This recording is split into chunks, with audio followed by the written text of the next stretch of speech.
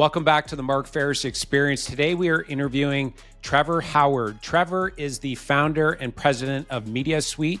So they're a web development company located in Barrie, Ontario, so just north of Toronto.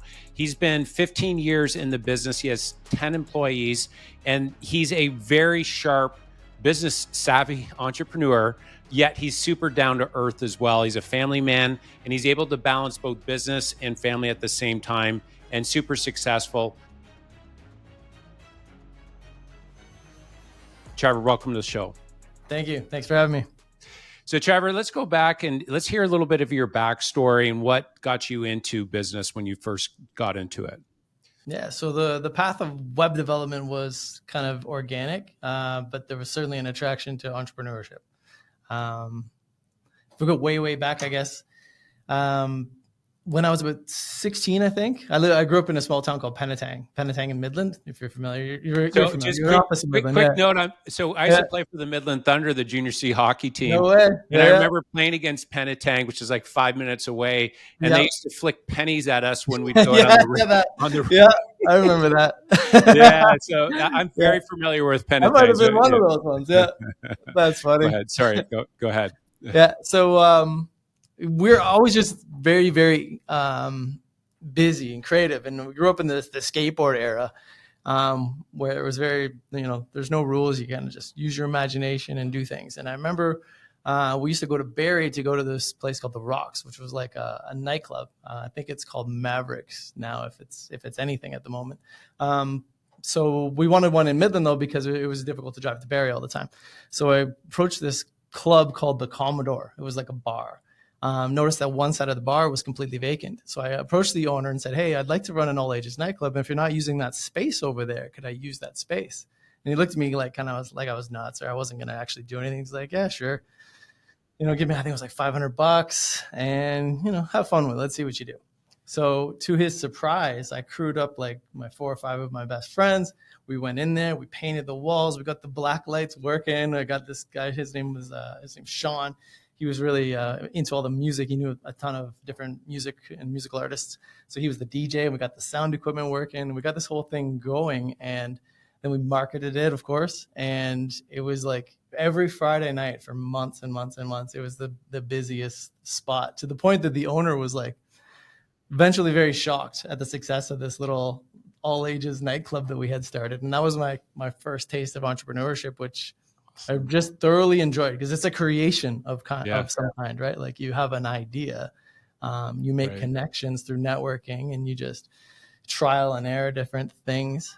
You had a goal and a concept, and when it comes to fruition, it's one of the most rewarding feelings, right? It's pretty cool. So that was my first taste of that. And then we kind of just snowballed that into other things. Like we even approached a local ski club called Mountain View. It was right behind the Mountain View Mall. And a lot of people know it as like a cross-country ski place, but it had downhill as well, and 2 pommel lifts, not even a chairlift.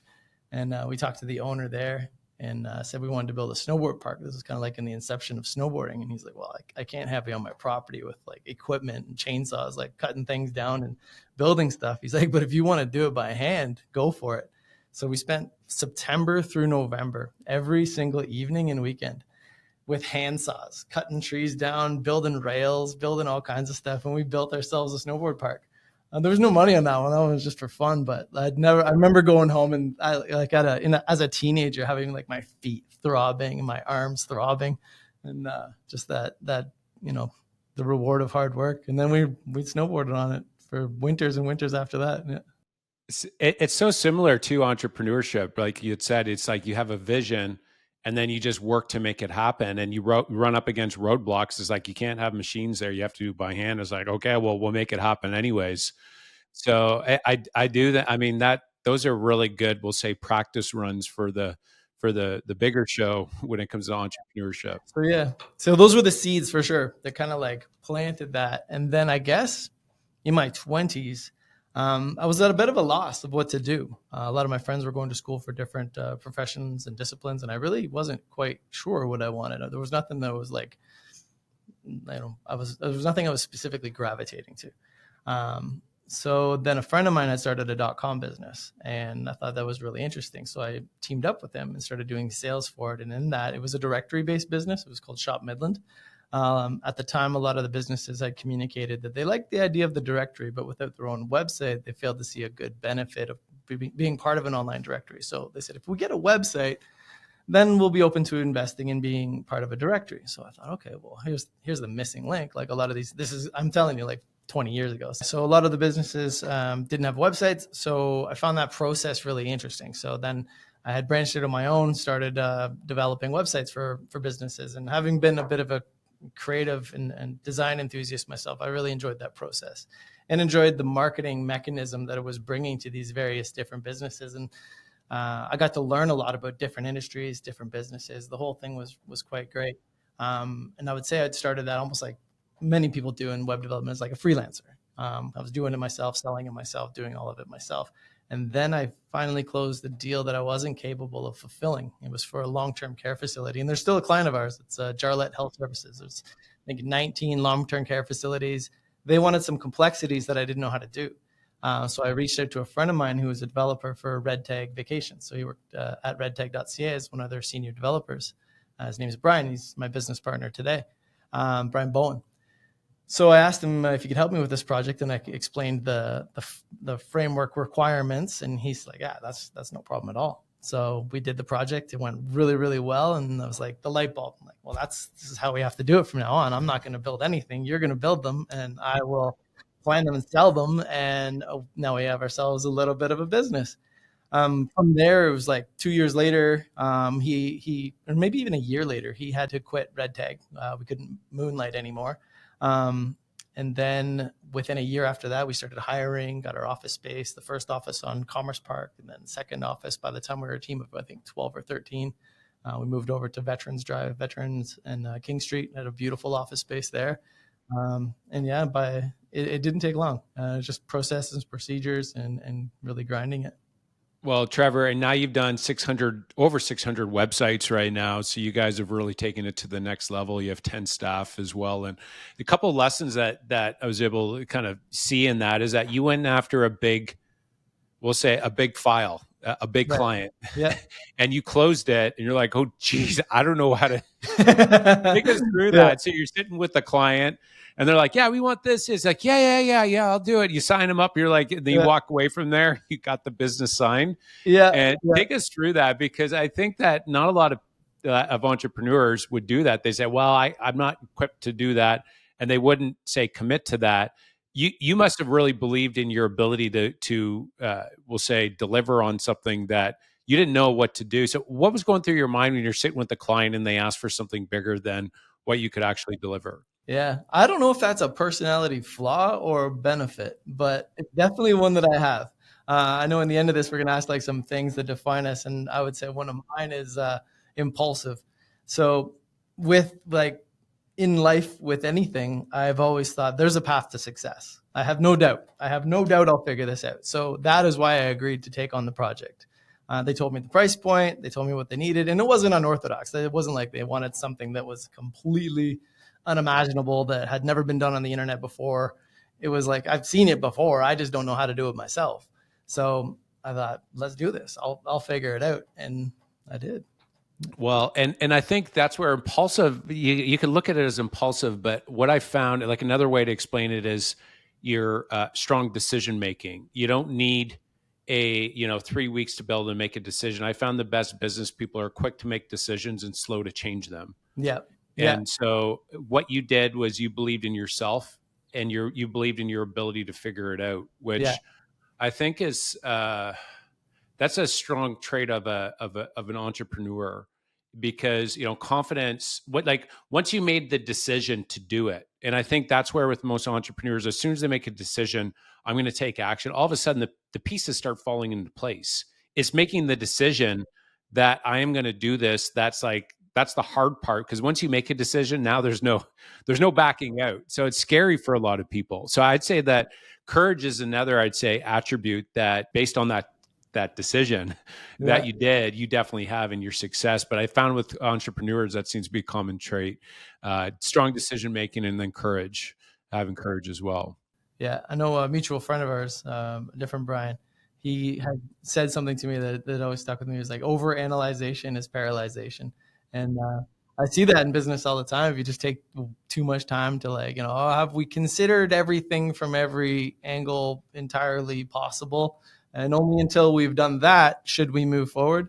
It'll take a long time to get where you want to go. I Yeah. find. Yep. Yeah. Yeah. I think another way to say that as well, it's like paralysis by analysis. Yeah, yeah, yeah, Right. yeah, Another way of saying it. But yeah, Brian, yeah, he's probably one of the smarter business guys that I think we probably both know as well.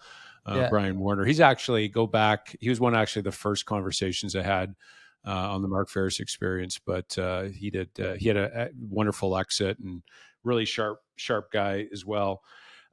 So the other thing that I got from your story as well, Trevor, is your ability to go. You figured out how to bring on good people on your team. So you had reached out. What was his name? You had said Sean.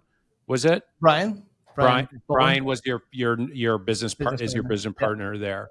yeah. So you reached out to him. You were able to like find the talent. First, you identified what the core skill set needed to be able to complete the job, which I think there's a skill set in that. It's like, what is it that I need right now? And I think in all businesses, the ability to identify correctly what it is you need is a very strong skill set from a business owner. Because a lot of times what happens is you start focusing on the wrong lever, right?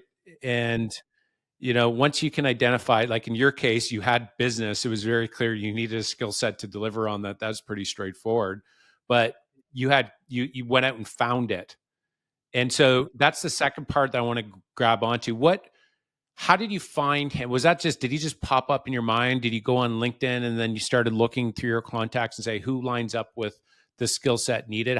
What brought him to, say top of mind for you to be able to reach out? It was seemingly quick, and I knew a few people in development because this was kind of like the beginning of the popularity of coding and web development. A lot of people were going to school. Like you had mentioned, the business that I had partnered with before, the directory. A guy named Colin was the owner of that. He was clearly a developer, and he had some developers with him. So, I could have turned to those guys for support on something like this. But no, I instantly went to Brian, not only because I knew that he knew development.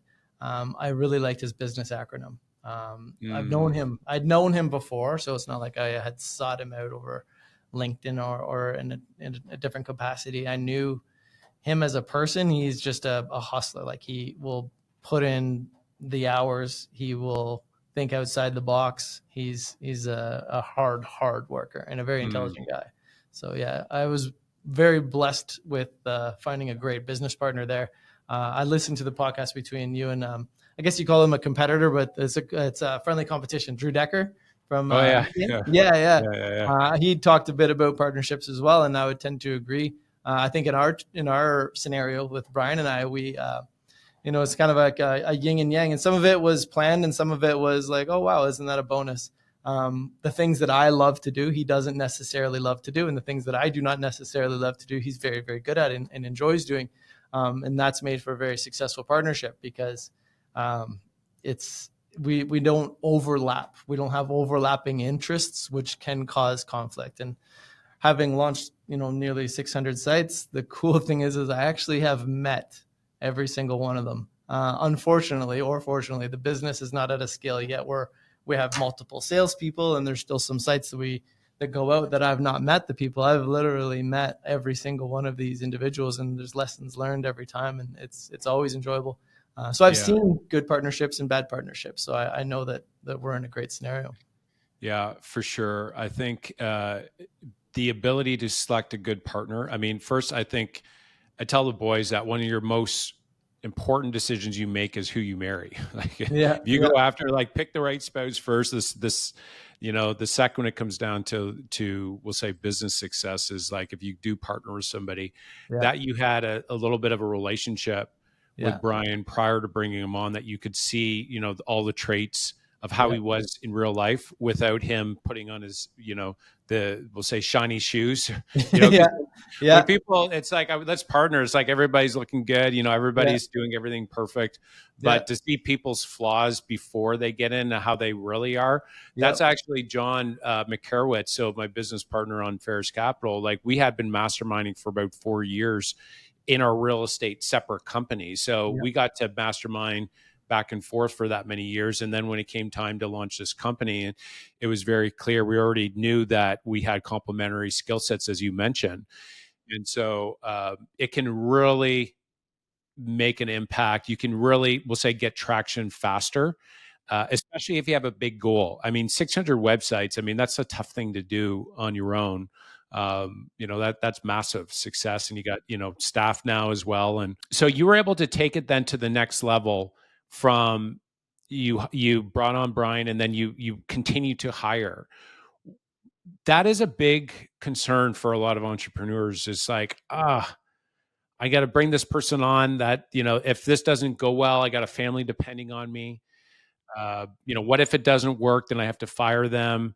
I'm so busy right now. I've heard this before. I'm so busy. I don't have time to train somebody.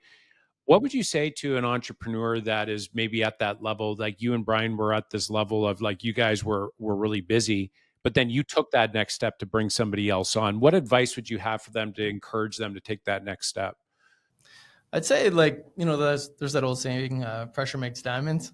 Kind of weird to draw the lines there, but like, you're right. There is a responsibility, because now you're saying to someone, I'm going to create a business environment that's going to provide you income for you and your family. There's pressure in that, but you can use that in a positive capacity, because if you didn't hire, you're going to be just stuck in this scenario where you could potentially damage the business deeper by not being able to fulfill the work. And you certainly won't be able to scale it if you continue to, like, operate under a glass ceiling. So it's required. So knowing that it's required, then you just do the best you can to make the right decisions to find the right hires. And I'd say, like, a couple of the guys have been with us from, like, the beginning of that position, like Nick and Joe, to name them. Phenomenal guys. Nick was our first developer we hired, and he's still our senior developer now. Joe being one of our first designers. We've had other designers come and go, but Joe's at the top, and he's phenomenal. Some of it's gut instinct, some of it's research. But I was never really worried about it. I think worry would cause more problems than benefits. It was like, okay, we've made this commitment. It's a required thing, so let's go for it. And we're going to grow this business. And now we need to sell this many websites, and we need to do a better job at it than we did yesterday. And because we've got more people on the team, and it's just the way it is. It's the path forward. Right. Yeah. It forces you to raise the bar. Yeah. And the pressure can be positive. Yeah. Right. Yeah. That's right. Yeah. One thing that comes to mind as I was, like, in my head, obviously over coffee this morning, I'm like, I got this podcast with Mark, and what are we going to talk about? I don't want it to be all about me, because nobody really knows me. And one thing that you have that I don't know if you've ever discussed is your slogan. I think there's great depth to that, and a lot to be learned for your slogan, which is what it's going full out for you. Is that right? Full out for you. That's full right. Out for you. How did you come to that? Oh, well, so I'm a big proponent in identifying what your unique strength is in business. And so, like, when I started, so we have the two companies now. We have Fairs Team, which is a real estate residential team. So we help people buy and sell homes. And then we have the investment firm, real estate investment firm, where we go and buy these 100-unit apartment buildings. We buy them, and then we slowly renovate them over a period of 2 to 5 years, and then sell them. So in both cases, it's really important to set, like, differentiating factors. And as a real estate agent or team, there's over 2 million realtors. So how do you differentiate yourself? And so I really believe that everybody, including, say, agents, or I would classify them as a business, each individual, is that there's something unique about them. And for me, I was always I played semi-pro hockey. I was always going. It was going to link back to sports. Yeah, that's right. Yeah. And Joanna, it was actually Joanna. I remember she was. We were in her very first home. I remember it was a little townhouse in the southwest end of Barrie, over on Bentley Crescent. I remember blue tile. We were in the kitchen. We're like, we need like a slogan. We need something there to identify who we are. And Joanna's like, full out. She's like, full out. We should be full out for you, Mark. You're always going full out in hockey, full out in real estate, full out. And that's where it's stuck. Like, and full out is really based around being passionately engaged and being competitive. And so for us, like, we're highly competitive. We love to win. And so that DNA is sewn through the fabric of, both of our teams. And so that's where we basically, we slap full out on you, and we try and come up with uncommon, we'll say, unique acts. And Robert Bloom and talks about this inside Advantage, right? Where you explosive acts, so you can basically blow that up. So then when people think of you, they think of your slogan, which for us is full out for you. That's where it came from. I love it. Yeah.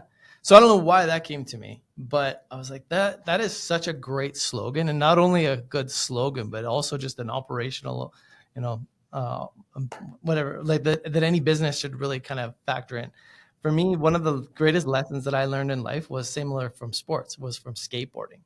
If you've ever seen, like, I grew up in the beginning, the inception of skateboarding, and this is like, it is, I would argue, one of the most difficult and technical sports. And the one thing that you learn in that sport is that if you go into a trick with a fractured sort of Mindset. fractured mindset or dedication, a fracture in Yeah. that dedication. If you go into a trick thinking, okay, if this doesn't work, I'll just put my foot over here so I don't Right. land on my shoulder and beat myself up. If you go into it with any sort of fracture to that dedication to the goal, you will likely not land it.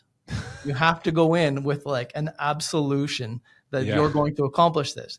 The Huh. caveat to that is that you will more likely get hurt than you will succeed. And you will likely more get hurt than you would have if you went into it with a mechanism of protection.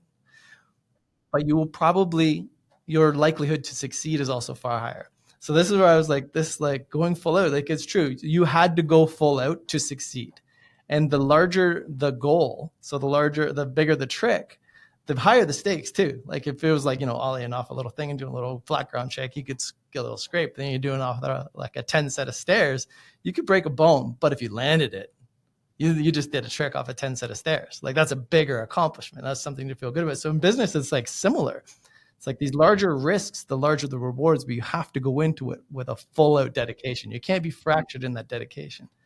The other thing I found with the full out was like, and any business can see this, and I would put on my marketing hat here. It is every business has something that is the pointy end stick of what they're providing, and then the ancillary thing that is the customer experience surrounding that, right? So your team with Ferris sells homes, but you don't just sell homes. You sell homes and you have a structure to the way you have conversations with clients. You have these events that you put on that people appreciate being invited to. So there's a residual effect of working with your team. There's the photography and how that gets done. There's apps. There's so many things in that ecosystem that surrounds the service of selling a house, right? So similar to us, we look at it with like web development. Like everybody comes in, I'm a business. This is what I do. I need a website. Okay, fantastic. Let's learn about your business. Let's have a really deep conversation. We'll get to know each other. I'll get to know what your goals are. And then I'm going to show you about the planning process and how that can actually be fun and rewarding. Then I also want to know what your other marketing objectives are and your other initiatives. What are you doing? Are you doing radio? Are you doing newspapers? Are you doing billboards? How can we tie that stuff in? And like we look at the entire ecosystem, and again, to like that go full out. So it's full in the sense of capacity. Or are you bringing in the full capacity of what you're capable of delivering to your clients? And that could be transferred to any business. Like it's focus on the pointy end of the stick, for sure, and do that well. But then spread that out to everything else. I love that. And you, I mean, it just goes to show, I mean, 600 websites, you met everyone personally as well. You have a very high standard of service. And, it's interesting that you have your core service, as you had mentioned, but it's very similar to functional medicine. So functional medicine, the way that you run your business, in the sense that just because your knee is hurting, that doesn't necessarily mean it's your knee that is causing the issue. It could actually be, your gut, or, your neck is kinked or whatnot. Yeah. And so that's why I love your questions in regards to, let's find out what's your overall plan? What is everything that's going on in your world? Because what they say, what the problem is, you may identify it. Actually, this is the problem over here. Or did you think about this? Which to me is, that's what everybody wants, even though they may call you and say, hey, this is what I want. Just give me this. It's just like, Okay, let me do some discovery here. And if you identify something else, well, you're not just an order taker, you're the guide. And that's like that next level of service that if you can deliver on that, and based on what you told me and what I've heard from your business as well, you're delivering, that is that's next level customer service. And I think that's where it starts with what you had mentioned with the discovery process of asking really great questions and then truly listening to what's being said and what's maybe not being said, that you're collecting dots and then connecting them for them. Yeah. Yeah. And that's the business environment. Like a lot of industries are super competitive now. So the way to like niche out is, and customer expectations are high now. It's like customer expectations are basically that of which your highest competitor. If your competitor is doing this, then they've set the bar for those expectations. We see that in the web all the time. There was a time when some businesses would say, I don't even need a website. We're pretty busy. And then obviously that dissolves. And then it was, my website's good enough. I got Right. something online. I just need something online. I got to be there. I recognize that, but it doesn't have to be great. And now fast forward, a couple of decades, it's like people are redeveloping their site every 3-4 years, sometimes shorter, because their customers are saying, that the expectations, the design opportunities, the user interface capabilities, the expectation of certain mobile components, all those things are required. And then that's just on our end and the digital end, but in any business, it's the experience can never be underlooked, right? Yeah, no, 100%. So, Trevor, skateboard, I love that we'll say insight, because a lot of times people, they see kids skateboarding and it's like, those skaters, Yeah. but the reality is, if you want to get really good at it, you see some videos, the we'll say the damage that they take, like the Oh, punishment they it's take. painful. Yeah. I Yeah. remember there was a couple times I'm like, oh, I kick flip, and when I was younger, my brother got into it a little bit more than I did. Yeah. But I think that commitment to excellence in doing something over and over and over, I think, is the foundational, Yeah. we'll say, the foundational piece of doing anything well from an operational standpoint. Yeah. It's just consistency and doing the same thing. And then, getting, you fall down, you get back up, you just keep going at it. Mhm. And it's So funny, you that, don't know it at the time, but your tolerance for failure is right. exercised. Your Yeah. appreciation for success is exercised. Yeah. Your pain tolerance is certainly increased. Yeah.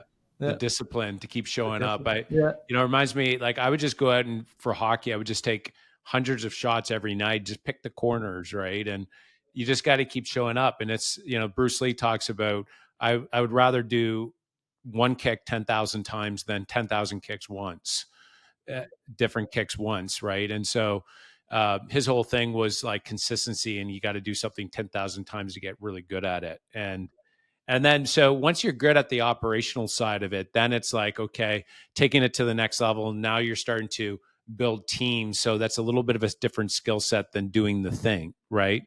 Um, you're really big into nutrition, fitness, biohacking. How has that, we'll say, dovetailed and helped you with your business? Because I know that's something that's really important. You do that side of life really well also. Yeah. With my business specifically, with the web development, I think the lines are less direct and more an exercise of mindset. So there are, like, once you kind of open up the book to like certain areas of nutrition, fitness, biohacking, they become complicated.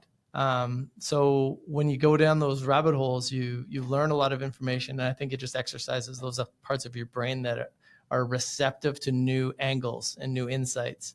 And then there's the more direct and obvious, your cognitive alertness, cognitive awareness, your resilience and energy levels go up, which are required to kind of stay focused on business. Mhm. Confidence also tremendously improves. Have you heard of a guy named Chase Hughes?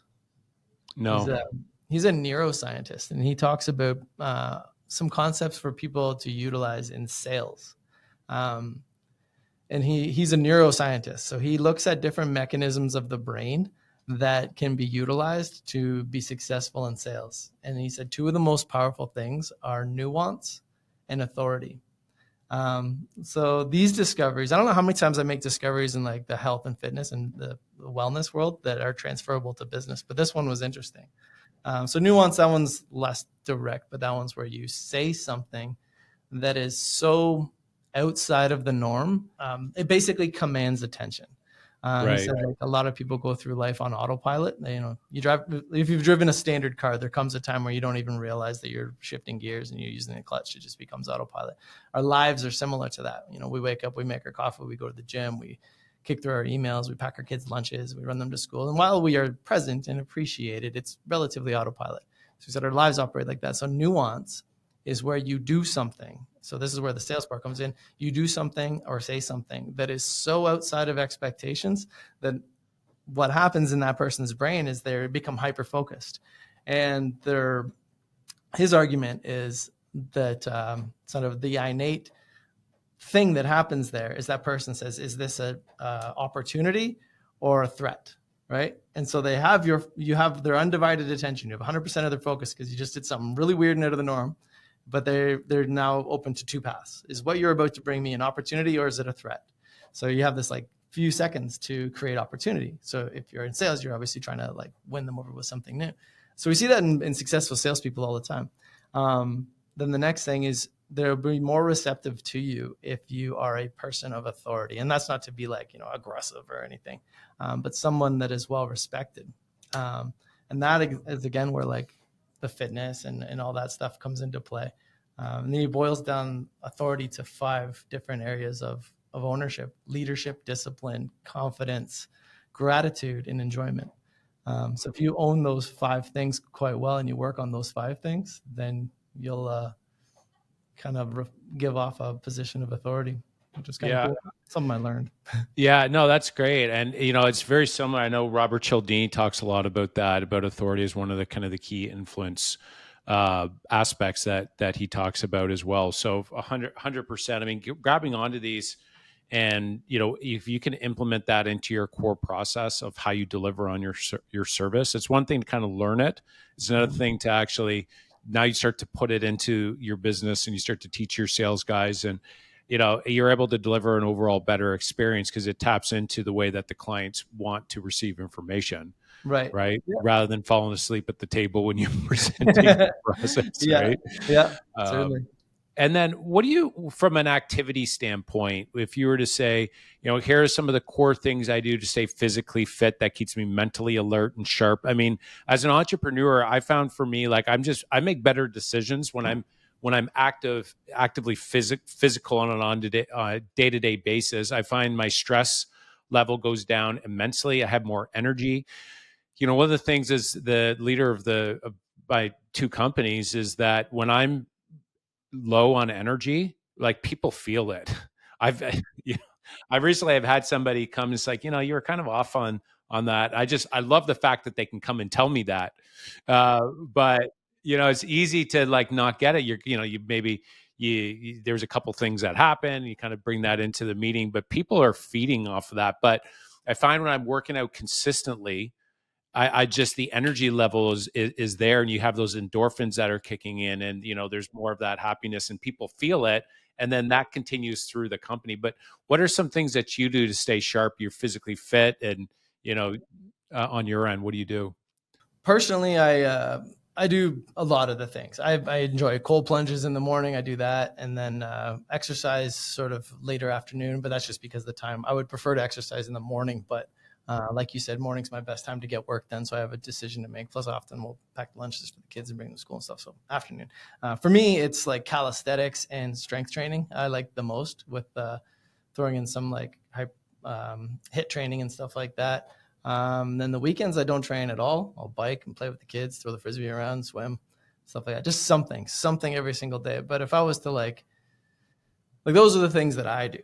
But I think it's different for every person. And I think the key thing is that everybody needs to find the thing that connects with them. And if it's not strength training, it's not strength. That's perfectly fine. It's not like it needs to be strength training. It just needs to be something. I think everybody needs something physical to do. If it's pickleball, if it's bike riding, if it's swimming, whatever it is. I think everybody needs something. And the other thing that I do is it is a non-negotiable, because I will my energy and my productivity will diminish exponentially if I don't make that happen, if you don't kind of take care of yourself.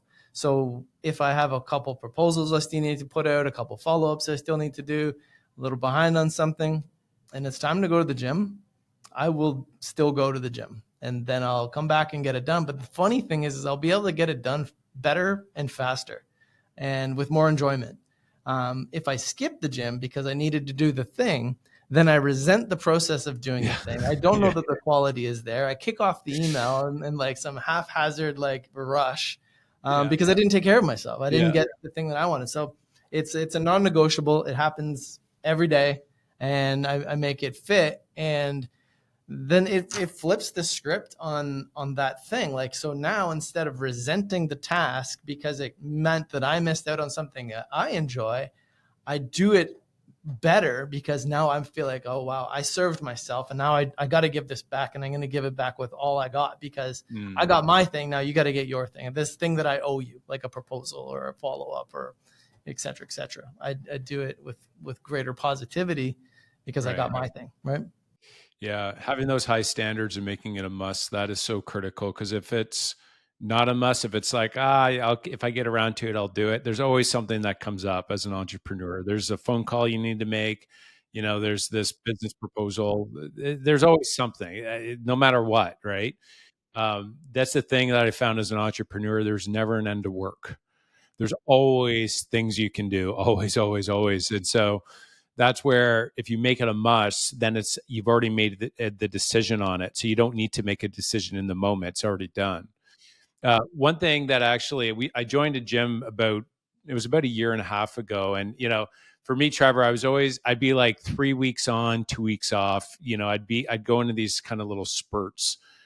And I was like, oh man. And then all of a sudden, Joanna, for months, she joined this gym. She's like, Mark, you have to join. You have to join. And she's like, you do weights, it's like 45 minutes of like, you do 3 different circuits and you have like 3 different weight exercises at each. And you kind of do one for, a minute each type thing. And it's basically circuit training. So you get some, endurance training, but at the same time, you're pressing weight, which is great. But what they do is they charge $20. You got to schedule ahead. And plus, there's many classes that are full. So once you book in, like you got to book in early, so you got to plan it in your day, so it's in your calendar.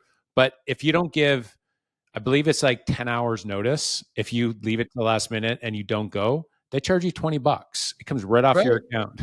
Really? Yeah. So and there's a cost to miss it. Yeah. There's the odd time, like there's, I got this offer that I'm dealing with, or something that came up, and I just, I'll let them know. It's like, I can't make it. Yeah. And Joanna's like, $20, Mark. That's $20. I'm like, I know. Yeah. It's not about it's like, it's enough to give you a little bit of a stinger. Right. Yeah. And so, if you can, I guess, whatever it is, I'm sure, there's lots of gyms out there that'll do it, but if you can add some sort of accountability on top of making it a must, for me, that was like, I'm much more consistent, because there's some days that I'm so hammered with back-to-back, like, people needing things and, within the team and external, that I'm at the end of the day, I'm like, I made the workout. I look back at my day, I'm like, there is no way, because that I would have got the workout in and then got all my work done, at the same time, and still feel good if I didn't have that, that must in my head, and that $20 fee that it just bugs me. Was it Joanna, or is it the $20? It's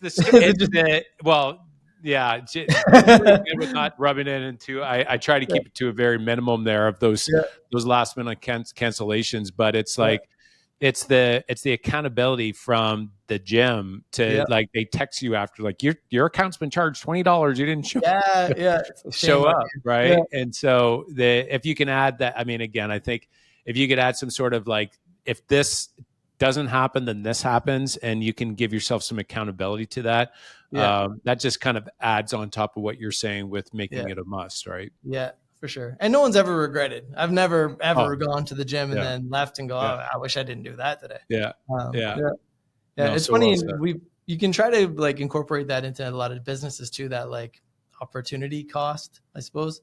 I know we've tried it with web development. Often we'll, uh, one of the tricky parts historically before AI has been what we used to need to get content from clients, and it could delay a project because the client could get busy with projects of their own. And it's like, well, we need these items from you. So we would say, if we don't, unfortunately, if we don't get this content by the end of the week, then it's going to set the project timeline back a bit.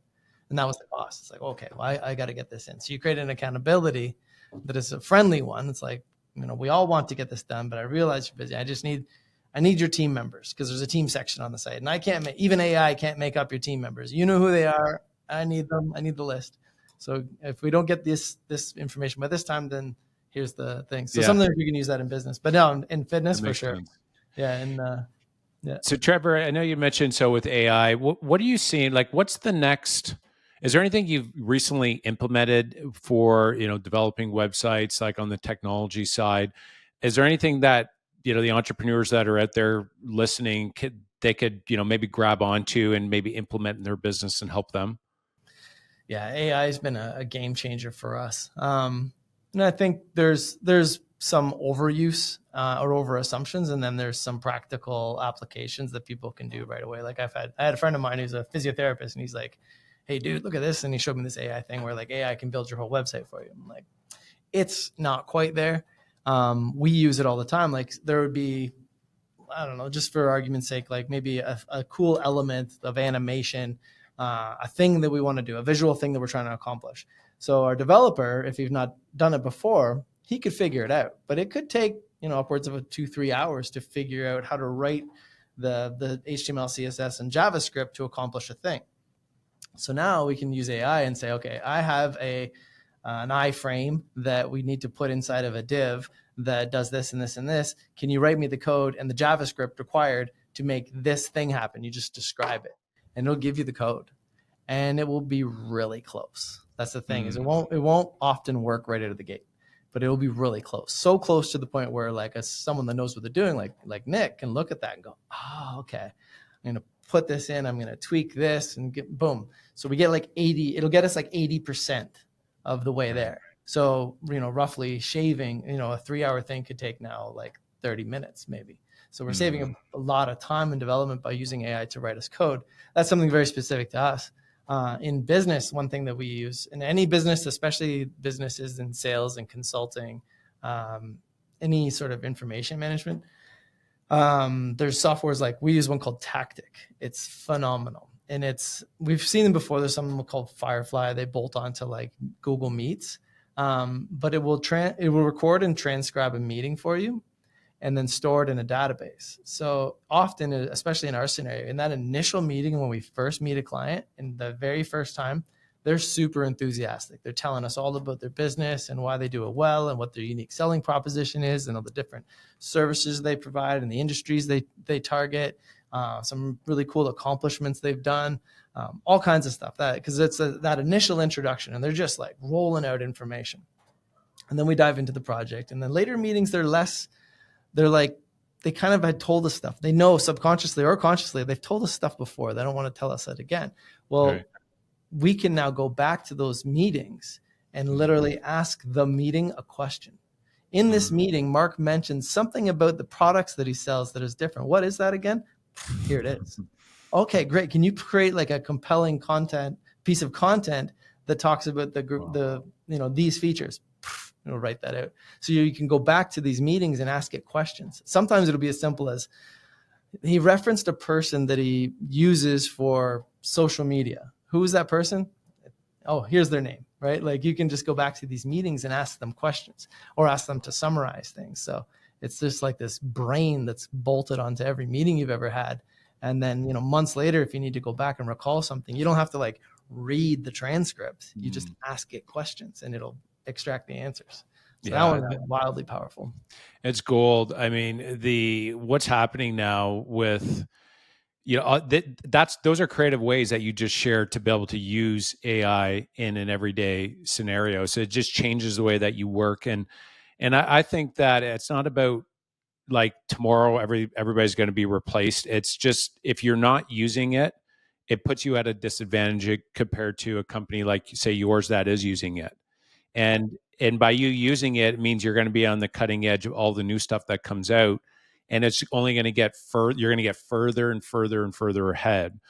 So, if you're listening out there and you haven't quite got onto using it on a day-to-day basis, at least to some degree, it in all businesses, it can help you. And so, listening to these podcasts are really good. You take what Trevor had mentioned there, in your meeting notes, you could have that, say you have your team meetings or you have a client meeting at the beginning, and it captures all those notes. That's powerful. You can refer back to, and also actually from a protection standpoint as well.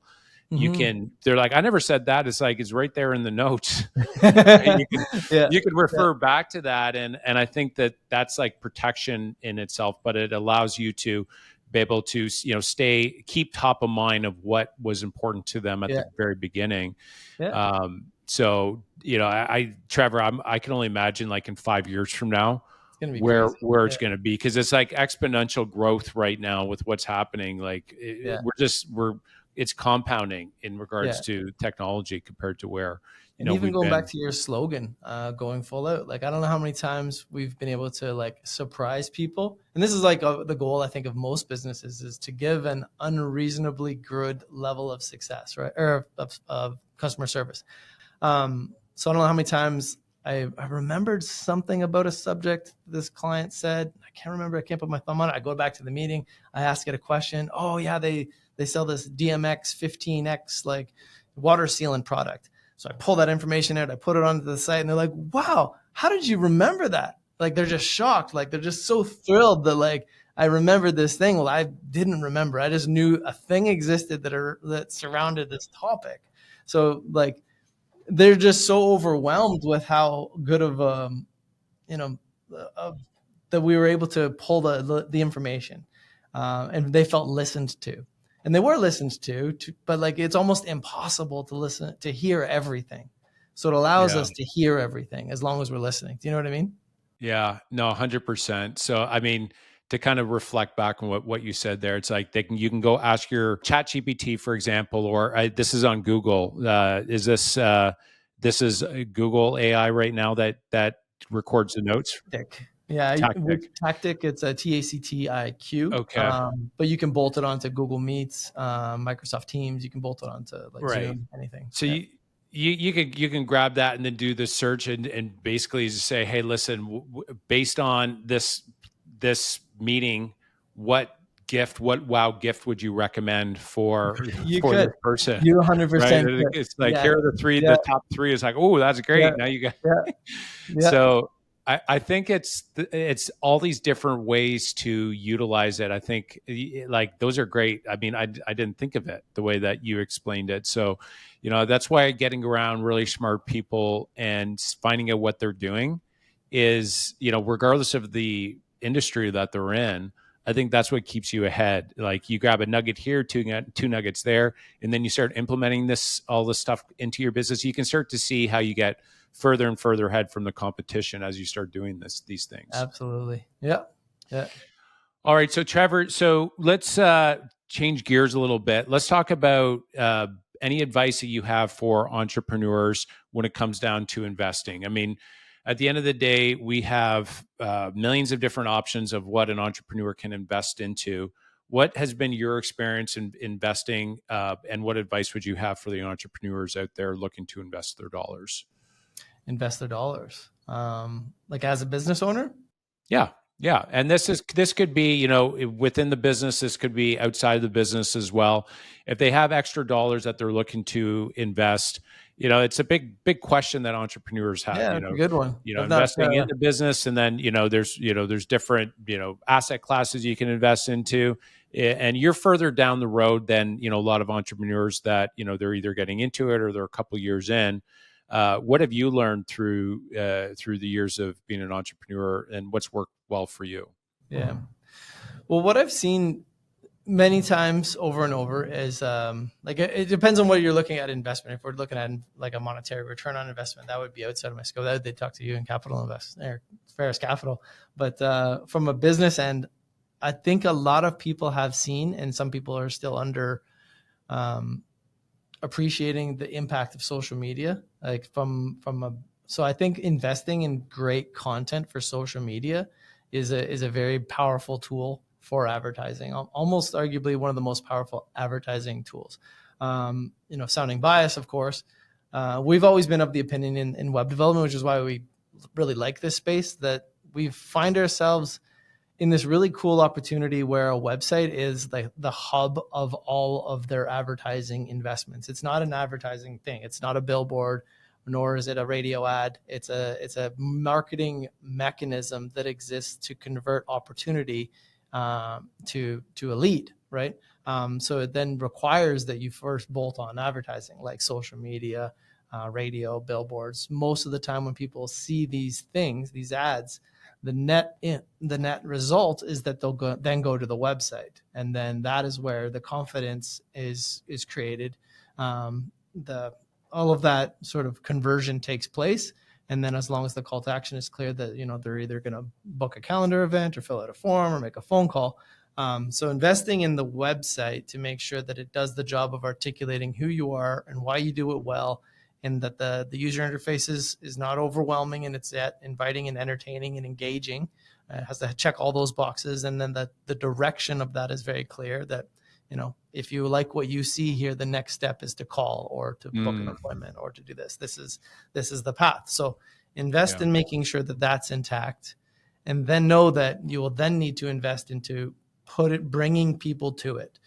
Social media is a great opportunity for that, and I find one of the most cost-effective ways. And to do that, you need to have good content and be creative and be nuanced and be out of the box and be consistent.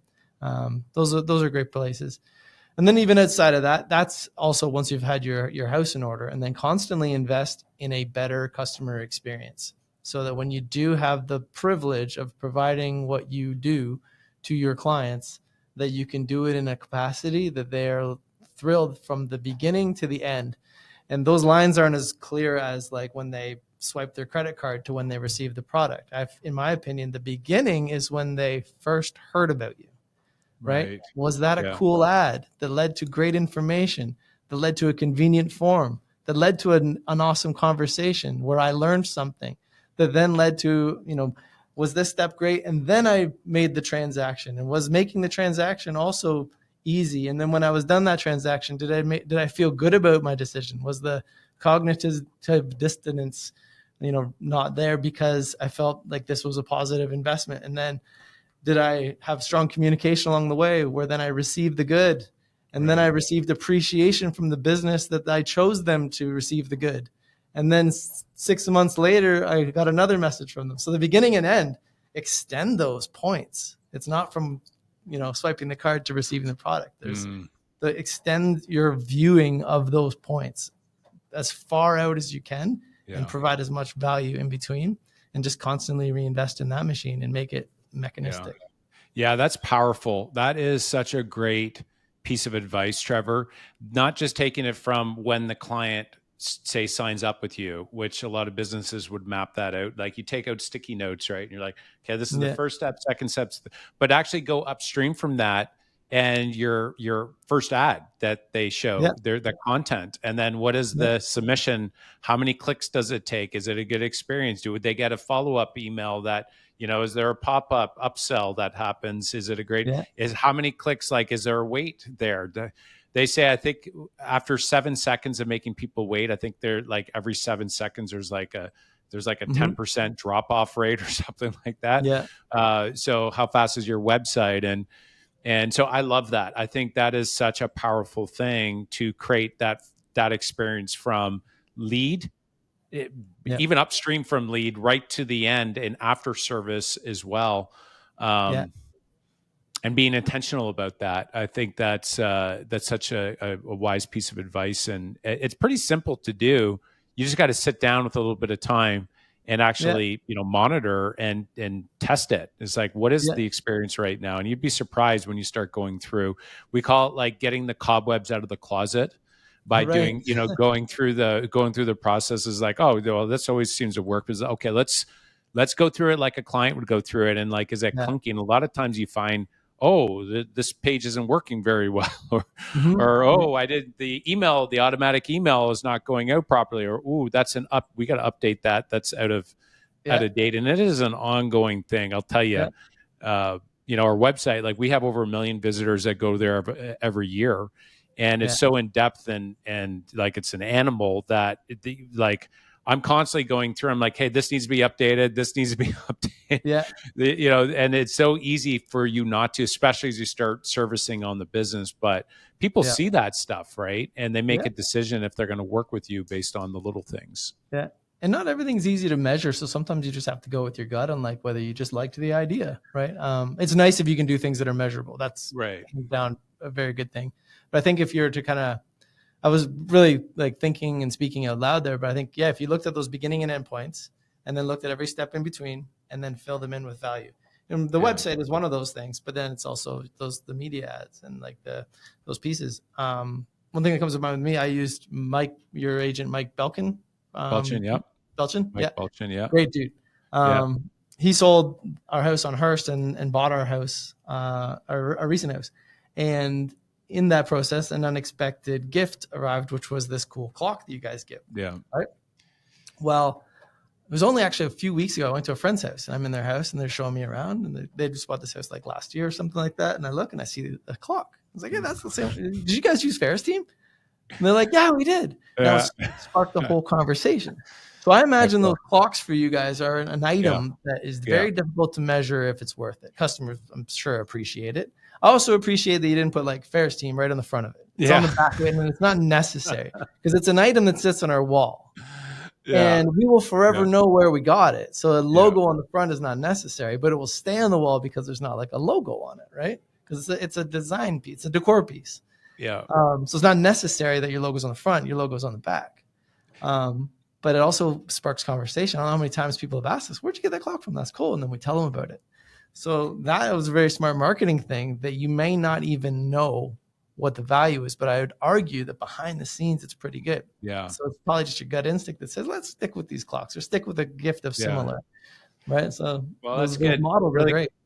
Great, really great story, great insight. Thanks for sharing that. I mean, it's cool to hear from the other side on the experience and how you matched up there with your friend. When we map everything out, we really look at, okay, at this step, okay, this is a step that they're highly emotionally charged, so that's actually a good time to ask for a review.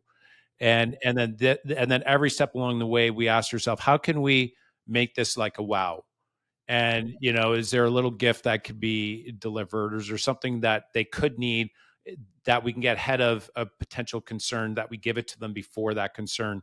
Like moving stickers, for example. It's like, we know that they're going to be packing boxes, so giving those moving stickers is something that we've done, and so we try to like have like a little wow above and beyond in each step. But it starts with exactly what you said, is like mapping it out and then making it intentionally really good at each step. And I think the biggest one that I've noticed is the ending. The ending needs to be really good in regards to, say, like for selling a home, it's like closing. When you're closing on it, a lot of agents, they just, they say, see you later. Whereas that, if you can give like a good wow near the end, that's important from a service standpoint. And from any business, like knowing when those key points are, like we have a lot of customers in like the custom home building space. And often they'll ask, should we do pay-per-click ads? I don't know. Like, where do you get most of your business right now? It's referrals. Okay, well then if referrals are the largest mechanism for business, then why not improve on your referrals? What do you do right now? Well, they're just organic. Well, then you can lean in on that more. So they should probably lean in on that back end.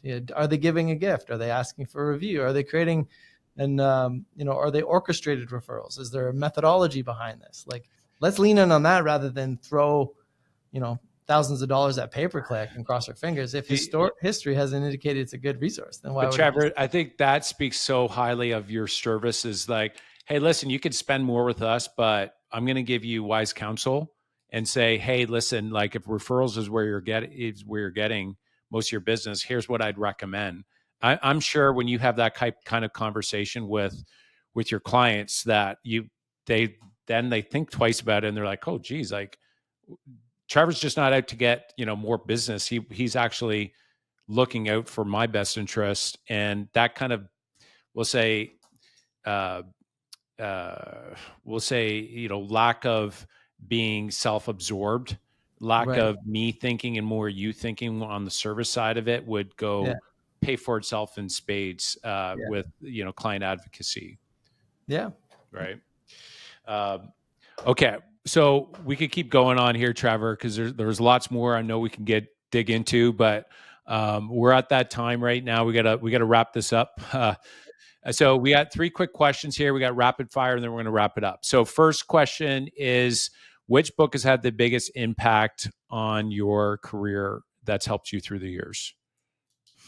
It has to be just one. You can give 2 if you want. Yeah. Okay. Personally, I like The Comfort Crisis.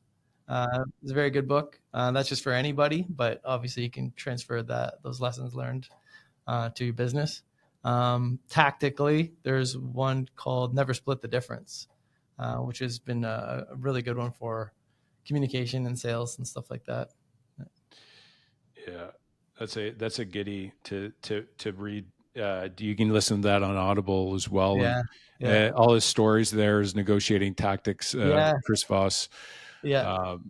All right. Second here is, how would others describe you in 3 words? Apparently, in 3 words. Three words you got with three different words. What would be 3 ways that they would people that know you would describe you as? I suppose discipline, persistent, and what did I say before? Being impulsive. But apparently also a golden retriever. Friend Jay called me a golden retriever. Oh yeah. I was almost offended in the beginning, but then he explained it. He's like, yeah, you've always been the kind of guy that, like, he's like, hey, you want to go somewhere? And he said, you'll just be happy to be in the car. You don't even know where we're going. So yeah, no, it's like joyful. Yeah. I'm going to use decisive there instead of impulsive. I think the decisive. I think impulsive is easy to be looked at as like a negative, but impulsive. I think impulsive is like your ability to take action quickly. I think is from what I know of you, and decisive is I think it's a major trait when it comes down to business, but. We can use them. I mean, impulsive, decisive. I'm going to throw that into the mix there, and joyful or golden retriever, as you mentioned that. So, all good. They're all good. I wish it was stuff. something cooler like a wolf, but no, it was a good one. Hey, listen, golden retriever could be vicious if they want to, Yeah, right? yeah, But love, I think, is one of the things that it's interesting with we have a little dog, Bella. We've had her for about 5 years now. I'm like, what is it? Why do I love you so much? And I'm like, she just comes and greets me with so much joy and love every single time I come home, no matter what. And so that's like the job of a dog, is to like love on people. And I think the genuine love of people is at the heart of any business entrepreneur. Is if you have that, I think that you have a heart for people, servant leadership and servanthood and serving people. I think at the heart is loving people. So I think that's where maybe it goes to the golden retriever. That's another way of kind of diving deeper into that one. Last question here for you, Trevor, and we're going to wrap it up. What advice would you have for the entrepreneurs that are out there listening? Any final advice you have for them? I would say trust yourself and stay the course. Just, trust your gut, stay the course, and that's it. Perfect. No, straightforward and simple, and it's a matter of taking action and believing in yourself. I love it. So, Trevor, if the listeners want to reach out, they want to learn more about you, or maybe they need a website that needs to be developed, what's the best way they can reach out and connect? Yeah, you can check out our website, mediasuite.ca. That's got all our contact information, our emails on there, info@mediasuite.ca. That's the best place to start. Good man. Well, Trevor, really appreciate you coming on the show. It was a great conversation, and I wish you all the best. Sounds good. Thank you. Thanks for having me. I appreciate it. Thanks again. Thanks, guys, for listening. If you like the show, please share and subscribe to the channel where we are building a community of up and coming entrepreneurs. And if you are looking to invest into real estate, you can't find any good deals out there, and you're busy doing business, go to fulloutinvesting.com. You will find our 10-step investing process there. And there's a sample deal there as well. We do actually have a live deal that's coming up in the next couple of days. So by the time this is launched, you're going to be able to get access a new deal that we are launching just outside of Charleston, South Carolina. And just remember, guys, final thought here of the day, the fastest way to build wealth is to grow your business and invest in real estate. I love you guys.